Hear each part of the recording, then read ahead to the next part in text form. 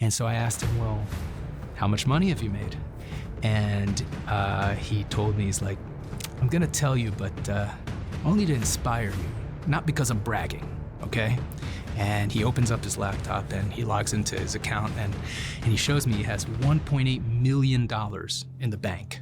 And he was 18 years old at the time. In the mid-2000s, the world of arms dealing was about to get turned on its head by two stoners from Miami. This is the outrageous story of Ephraim Diveroli and David Pacuz, two young guys who went from high school buddies to international arms dealers, striking it rich beyond their wildest dreams. Ephraim Diveroli was always a hustler. Growing up in Miami, he had a family background in arms dealing, thanks to his uncle. By 21, he decided he was ready to carve out his own empire, and thus AEY Inc. was born. With sheer tenacity and a gift for persuasion, Diveroli started bidding on military contracts, and it wasn't long before he roped in his high school friend David Pacuz. David Pacuz was at a crossroads in his life. A licensed masseur and aspiring musician, he was struggling to make ends meet when Diveroli offered him a chance to join AEY. You know, a lot of the stuff you're doing could be applied to my line of work, searching for suppliers overseas, figuring out the logistics, arranging financing, all that stuff.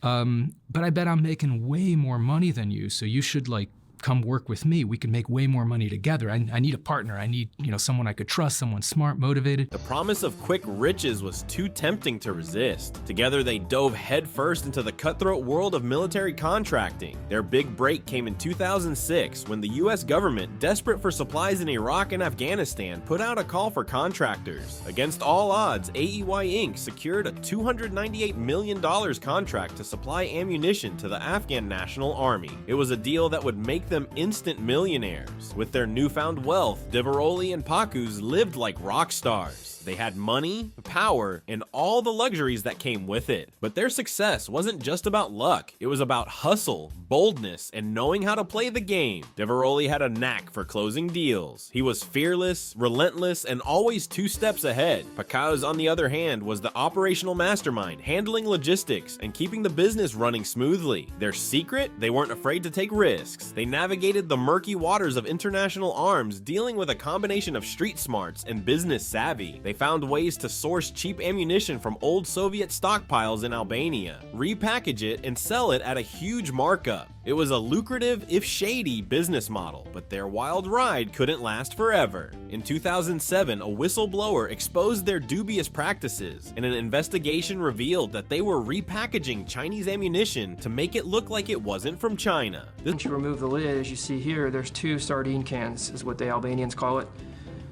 containing ammunition, and the sardine cans have Chinese lettering on them as well. This was a direct violation of their US government contract. In 2008, the New York Times published a damning expose on AEY, bringing Diveroli and Pacuz into the national spotlight. The fallout was swift. AEY's contracts were canceled, and the company was banned from future federal contracts. Diveroli and Pacuz faced legal consequences for their actions. Diveroli was sentenced to 4 years in federal prison for conspiracy and fraud. Pacuz, who cooperated with authorities, received 7 months of house arrest. Their story, detailed in the Rolling Stone article The Stoner Arms Dealers, highlights the pitfalls of unchecked ambition and the perils of navigating the murky waters of international arms dealing. It's a cautionary tale about how 2 young men, driven by the promise of wealth and success, ultimately found themselves ensnared in a web of deceit and criminality. Despite the legal repercussions, their story has continued to capture the public's imagination. It even inspired the 2016 film War Dogs, starring Jonah Hill and Miles Teller, which dramatizes their rise and fall